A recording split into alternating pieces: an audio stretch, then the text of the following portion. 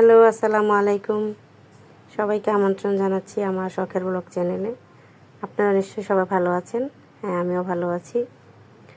আজকে আমি আপনাদের সাথে শেয়ার করছি সকালের একটি ভর্তা আইটেম।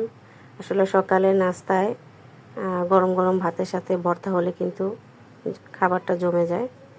আর আজকে ভর্তাটা আমি বানিয়েছিলাম মাছের লেজা দিয়ে।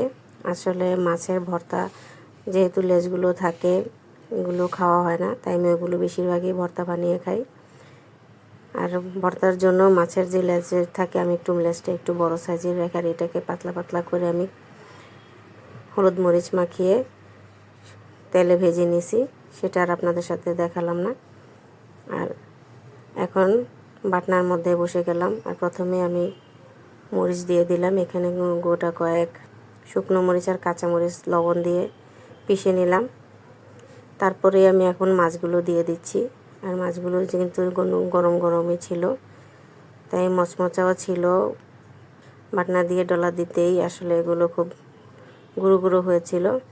আর এই ভর্তাটা কিন্তু একবারে ঝরঝরা একটা ভাব থাকবে।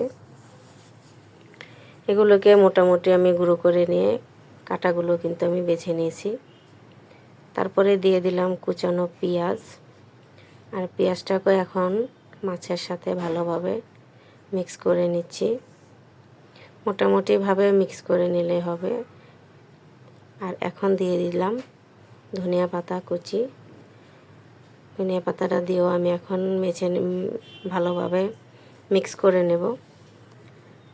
যারা ভর্তার মধ্যে রসুনের ফ্লেভারটা ভালোভাবে পছন্দ করেন, তারা চাইলে এখানে রসুনটাও দিতে পারেন।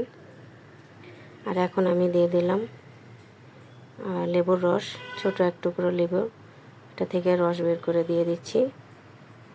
আর এখন আমি কিন্তু এর সাথে সরিষার তেলও দিছিলাম, সেটা আসলে স্কিপ হয়ে গেছে। আর এখন যেই ইয়েটা ছিল সেটা আমি একটু পরিষ্কার করে নিলাম। আর সবগুলো এখন হাত দিয়ে ভালোভাবে মিক্স করে নিচ্ছি। দেখতে পাচ্ছেন ভর্তাটা কিন্তু একবারে ঝরঝরে। আর গরম ভাতের সাথে যখন এটা খাবেন খুবই ভালো লাগবে। আমার রেসিপিগুলো আপনারা যদি দেখেন এবং রান্নাগুলো যদি আপনাদের কাছে ভালো মনে হয়, তাহলে অবশ্যই লাইক এবং কমেন্ট করবেন। আর যদি কোনো ভুল ত্রুটি থাকে সেটাও ভিডিওর মধ্যে আমাকে অবশ্যই পরামর্শ দিবেন। ধন্যবাদ সবাইকে আমার সম্পূর্ণ ভিডিওটি দেখার জন্য।